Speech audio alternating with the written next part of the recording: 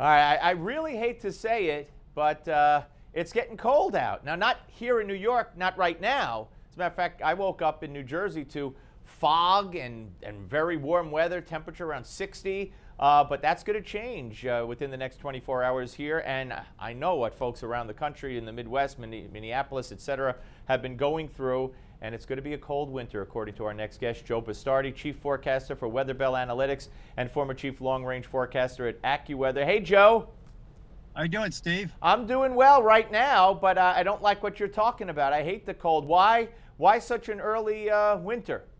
Well, there are similarities to some of the winters in the late 70s. Right now, this pattern is very similar to what we saw in 1976, where we had a tremendous charge of Arctic air early and it just laid around all winter.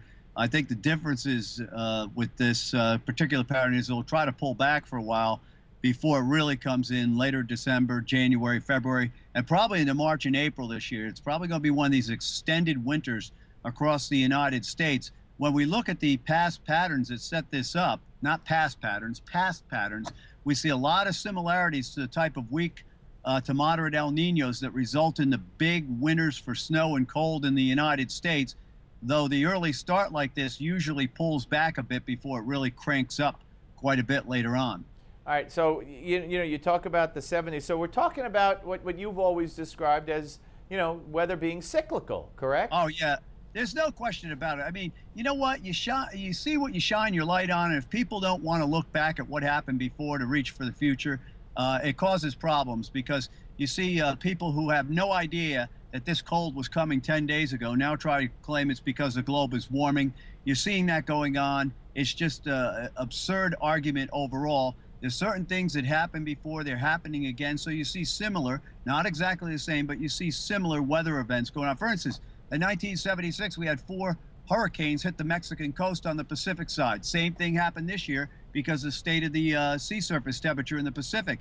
And that, of course, has a seasonal effect downstream. It's not the hurricanes themselves, but what they're telling you going on. So you see all this stuff going on, and you say, okay, well, if you saw it before, it's likely to repeat itself similar again. In fact, we used that last year. We analoged the winter last year to 93, 94, 1917, 1918.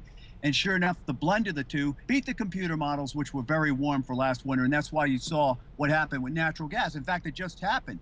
November was a throwaway month. If you look at the forecasts that were out before, we were the only people that had it cold for November. We had a bit colder than normal. Everybody else says no cold air coming. And then bang, a week later, look what happens. And you go back to 76. It was back in the mid-70s that Time Magazine and Newsweek and all these other publications were putting covers on talking about the coming ice age. Yeah, that's exactly right. They just swing in the wind with which, it's any way the wind blows. I mean, that's exactly what goes on. It's really a shame to watch what I do for a living have been turned into just a media soundbite situation. Even this cold outbreak now, the people say, well, it's the polar vortex. No, the polar vortex is way off the playing field right now. We try to educate people the different ways that it gets cold. It's not just one thing. There are various things that goes on. Now, next week, you might be able to make an argument that, hey, that's the polar vortex and it's awfully far south. But there are different ways it gets cold, and you see the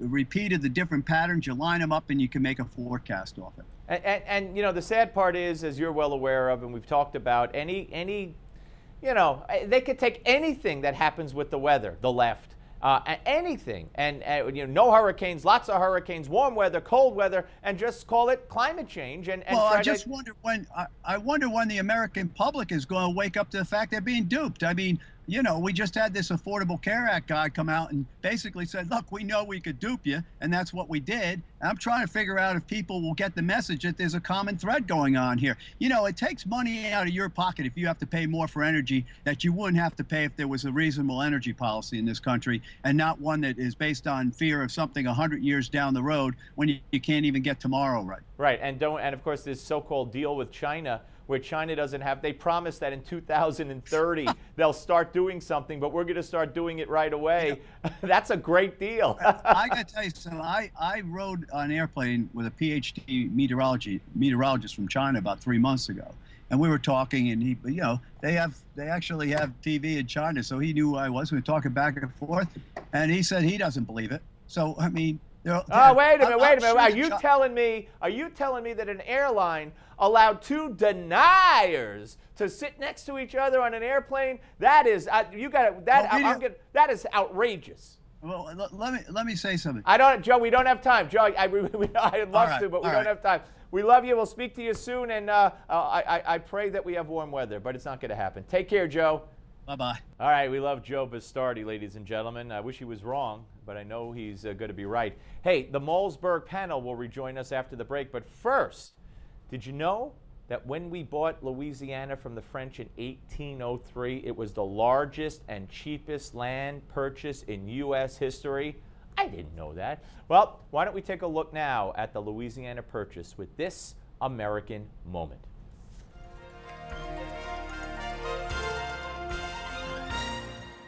Thomas Jefferson is credited with doubling the nation's size through the Louisiana Purchase, but it was events far beyond his control that made that purchase possible. After becoming president in 1801, Jefferson recognized the Mississippi River had become a major trade route bordering the eastern boundaries of the United States. But he also recognized its vulnerability, since the city that controlled the mouth of the Mississippi, New Orleans, was owned by the French. America's overtures to purchase the city of New Orleans were repeatedly rejected by the French until 1803, when the French Navy suffered a major defeat off the coast of what is now Haiti. Napoleon found himself needing money to rebuild his navy. Consequently, when in that same year, Secretary of State James Monroe again traveled to Paris with an offer to purchase New Orleans, he was pleasantly surprised to learn Napoleon was willing to sell not only New Orleans, but all of France's territories in the New World. The United States was ready to spend up to $10 million to purchase just the city. So when Napoleon offered to sell all of their land holdings for a total of $15 million, the future president accepted.